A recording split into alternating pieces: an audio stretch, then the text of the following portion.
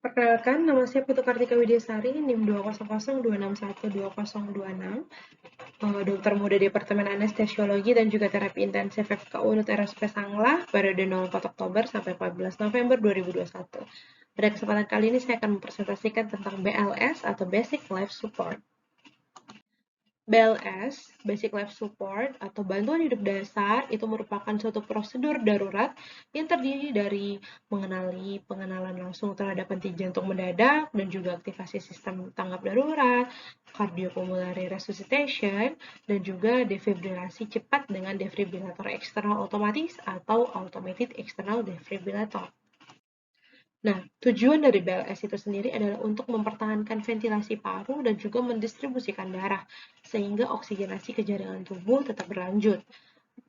Yang mana dalam BHS ini kita melakukan bantuan untuk sirkulasi sistemik beserta ventilasi dan juga oksigenasi tubuh sampai sampai sirkulasi sistemik itu kembali lagi spontan atau bantuan yang lebih advance telah datang. Nah, untuk langkah-langkah dari BLS itu sendiri dibagi menjadi beberapa tahapan. Yang pertama, apa yang kita lakukan saat kita tiba di lokasi kejadian, terdiri dari amankan, evaluasi, dan minta pertolongan. Lalu penilaian awalnya, dari penilaian tingkat kesadaran, dan juga primary survey pada korban menggunakan ABC, dari hasil pemeriksaan awal, dan bagaimana lanjutannya. Nah, ini adalah apa yang harus kita lakukan saat kita pertama kali tiba di lokasi kejadian. Yang pertama adalah amankan keadaan. Nah, kita harus perhatikan dahulu segala yang berpotensi menimbulkan bahaya sebelum menolong pasien. Kita juga harus menggunakan alat perlindungan diri yang sesuai. Lalu yang kedua, kita evaluasi ancaman bahaya. Kalau tidak ada ancaman bahaya, jangan memindahkan korban. Kalau ada ancaman bahaya, kita boleh memindahkan korban, tapi harus dilakukan secepat mungkin dan seaman mungkin dengan sumber daya yang tersedia. Ancaman bahaya yang dimaksud di sini adalah misalnya api atau ada gas beracun.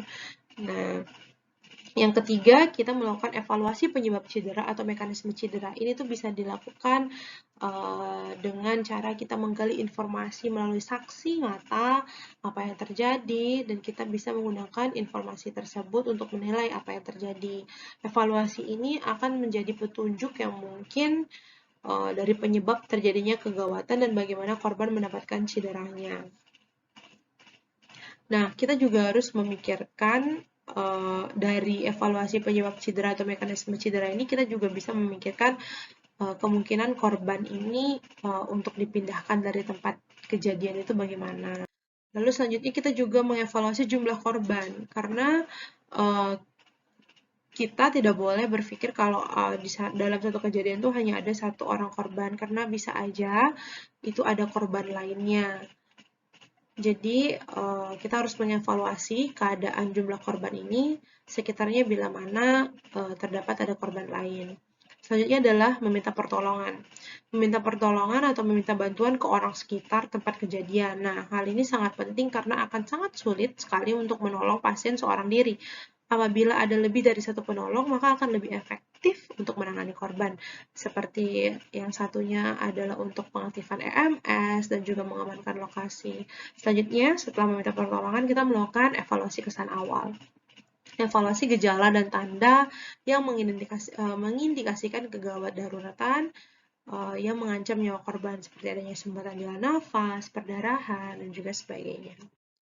Lalu selanjutnya adalah penilaian awal atau evaluasi awal. Yang pertama adalah evaluasi awal terkait tingkat kesadaran pasien.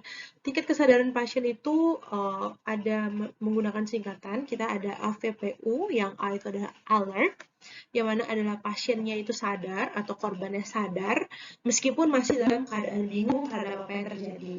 Lalu yang V, verbal atau suara. Di sini adalah kondisi di mana korban merespon terhadap rangsangan suara yang diberikan. Oleh karena itu, penolong harus memberikan suara yang nyaring atau suara yang keras ketika melakukan penilaian terhadap pada tahap ini. Nggak boleh ragu-ragu. Lalu yang P adalah pain, nyeri. Di sini adalah kondisi di mana korban merespon terhadap rangsangan nyeri yang diberikan oleh penolong. Bisa diberikan di kuku, di pangkal kuku, atau dengan cara mengepalkan tangan dan memberikan penekanan pada tulang sternum atau tulang dada. Namun kita juga harus memastikan di daerah tersebut tidak ada cedera, karena kita juga tidak ingin memberikan cedera tambahan atau kesakitan tambahan pada korban. Lalu unresponsif atau tidak ada respon. Di sini adalah pasien sama sekali tidak merespon dari rangsangan verbal dan juga rangsangan nyeri yang kita berikan. Lalu selanjutnya adalah primary survey. Primary survey dari A, itu ada airway atau jalan nafas. Kita melakukan penilaian terhadap potensi airway-nya, penilaian cepat akan adanya obstruksi, lalu kita melakukan pengolahan. Kita menstabilkan airway-nya dengan cara menggunakan triple airway maneuver. Yang pertama kita bisa melakukan head tilt dan juga chin lift. Ini merupakan teknik tekan dahi dan juga angkat bahu dengan menekan dahi sambil menarik bahu hingga melewati posisi netral, tetapi jangan sampai menyebabkan hiperekstensi leher. Kita juga bisa melakukan jaw thrust atau manuver dorongan rahang yang dilakukan bila dicurigai pasien itu punya cedera kepala atau cedera leher dan tulang belakang atau cedera tulang belakang. Dan juga kita selain melakukan triple airway manuver itu kita melakukan pembersihan airway dari benda asing. Kita juga menjaga leher dalam posisi netral dan memfiksasi leher dengan berbagai cara. Ini caranya tilt, chin lift, dan jaw thrust. Lalu selanjutnya B, dari breathing. Kita melakukan penilaian bagaimana nafas pasien. Ini kita lihat dengan cara melihat pergerakan dada atau naik turunnya dada korban. Dengarkan dan rasakan juga dengan pipi bagaimana udara yang dihembuskan oleh korban. Lalu selanjutnya adalah C, circulation. Kita melakukan penilaian dengan cara meraba arteri. Nah, untuk tempat-tempatnya itu untuk dewasa itu adalah arteri karotis, untuk anak itu bisa di karotis atau femoralis, dan juga di bayi kita melakukan penilaian pada arteri. Nah, ini salah satu caranya untuk meraba yang karotis menggunakan 2 jari. Lalu dari penilaian tadi, hasil pertama yang kita dapatkan. Ada 2 kemungkinan, pasien itu hanya henti nafas saja atau pasien itu juga ada henti jantung. Yang pertama, kalau pasien itu henti nafas saja. Jika henti nafas itu adalah jika korban tidak bernafas tetapi didapati ada nadi yang ada kuat, maka pasien dapat dikatakan mengalami henti nafas. Apa sih yang harus kita lakukan henti nafas?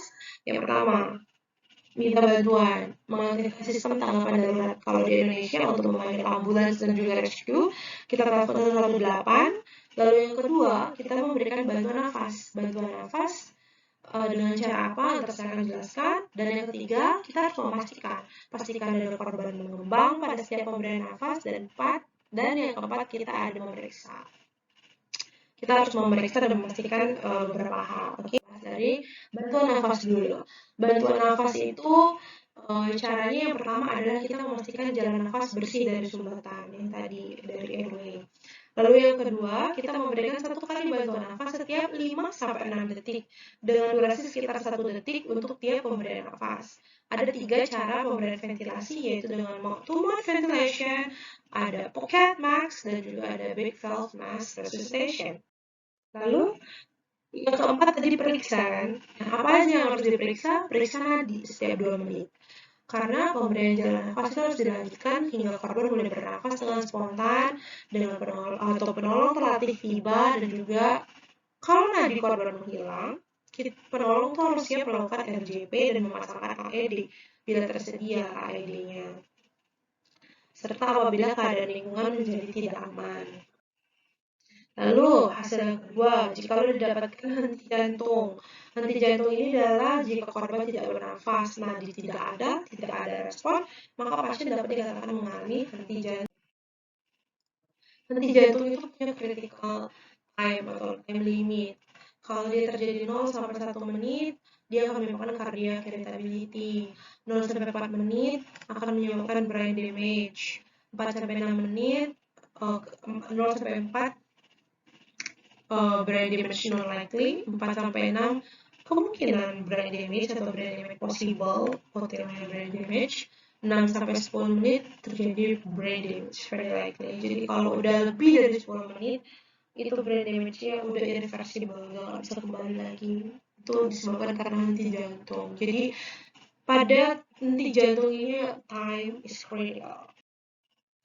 Untuk fase henti jantung sendiri itu ada 3 fase. Yang pertama adalah electrical phase, itu adalah 0 sampai 4 menit setelah kolaps dan juga itu disebutnya early ischemia. Ada circulatory phase, itu terjadi 4 sampai 10 menit setelah kolaps, dan metabolic phase yang lebih dari 10 menit tadi. Jadi global kalau lebih dari 10 menit. Lalu bagaimana sih kita mengidentifikasi pasien yang henti jantung? Nah, pasien yang curiga henti jantung itu adalah pasien yang tiba-tiba kolaps, tiba-tiba pingsan misalnya, tidak ada respon, lalu tidak bernafas, atau nafasnya tidak kuat dan gasping. Nah, pada pasien henti jantung, apa sih yang kita lakukan? Yang pertama, aktivasi sistem tanggap darurat, telepon 118 untuk ambulans dan rescue. Yang kedua, RJP.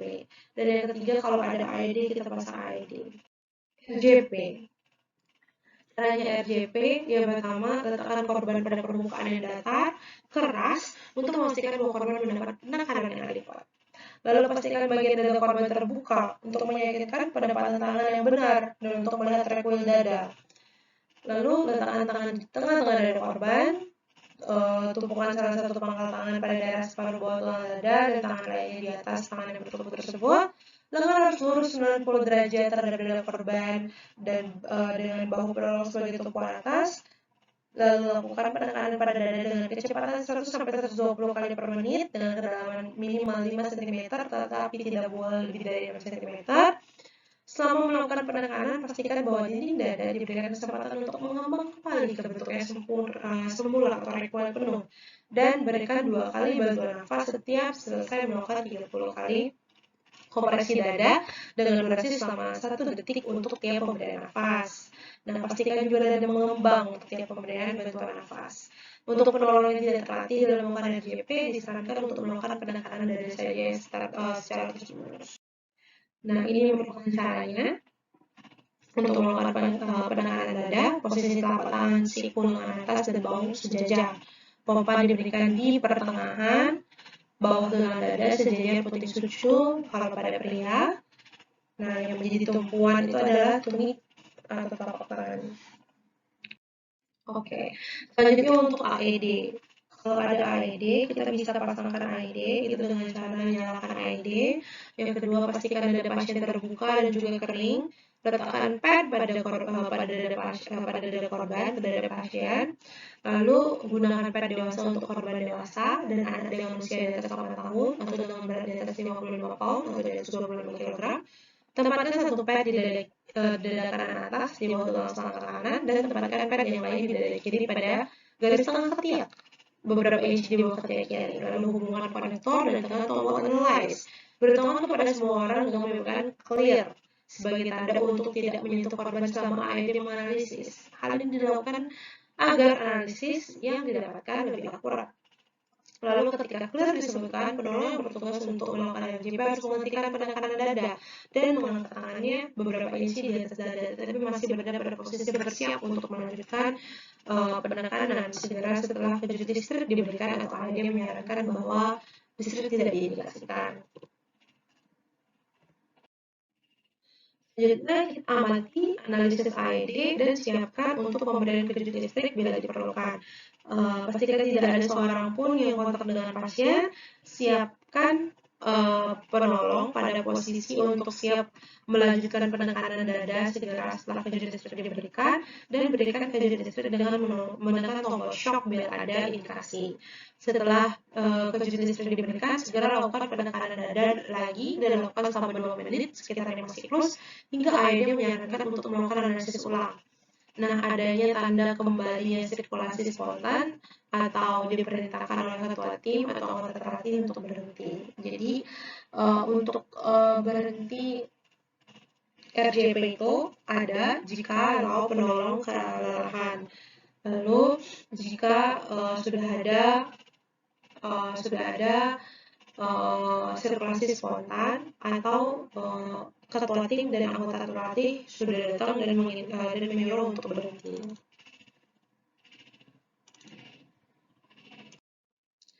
Nah, bagaimana sih kompresi dada yang berkualitas? Kompresi dada yang berkualitas yang pertama, laju kompresinya 100 sampai 120 kali per menit.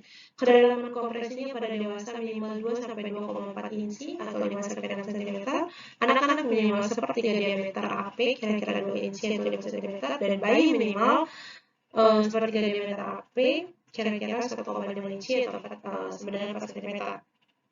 Yang kedua, dari durasi kompresi, 30 kompresi 1 siklus, 5 sampai 6 siklus dalam 2 menit. Lalu dari rasio kompresi ventilasi, kita lakukan dewasa 30 RJP, 30 kompresi 2 kali nafas, anak-anak 30 kompresi 2 kali bantu nafas jika satu penolong, tapi 15 kali kompresi 2 kali bantu nafas jika 2 penolong. Nah, untuk hitungan dari kompresi dada itu dilakukan 30 kali pijatan disela dengan 2 kali tiupan nafas. Hitungannya bisa menggunakan ini 1, 2, 3, 4, 1, 1, 2, 3, 4, 2, dan seterusnya. Lalu ini adalah bagan bagaimana penanganan pada cardiac arrest orang dewasa. Nah, yang mana yang menjadi perhatian di sini apa yang harus dan tidak boleh dilakukan oleh penolong. Yang boleh dilakukan atau harus dilakukan adalah melakukan kompresi dada pada kecepatan 100 sampai 120 kali per menit, mengkompresi kedalaman minimum 2 inci atau 5 cm, membolehkan repel penuh setelah setiap kali kompresi, meminimalkan jeda dalam kompresi, dan memberikan ventilasi yang cukup. 2 napas buatan setelah 30 kali kompresi, setiap napas buatan diberikan lebih dari 1 detik setiap kali diberikan dada angkat terangkat. Nah, yang tidak boleh dilakukan adalah mengkompresi pada kecepatan lebih rendah dari 100 kali per menit atau lebih cepat dari 120 kali per menit. Mengkompresi kedalaman kurang dari 2 inci atau lebih dari 2,4 inci. Bertumpu di atas dada di antara kompresi yang dilakukan, menghentikan kompresi lebih dari 10 detik, dan memberikan ventilasi berlebihan, terlalu banyak nafas buatan atau memberikan nafas buatan dengan kekuatan yang berlebihan. Lalu, setelah didapatkan sirkulasi yang kembali spontan, pasien ditempatkan pada recovery position. Ini untuk mencegah adanya aspirasi pada pasien.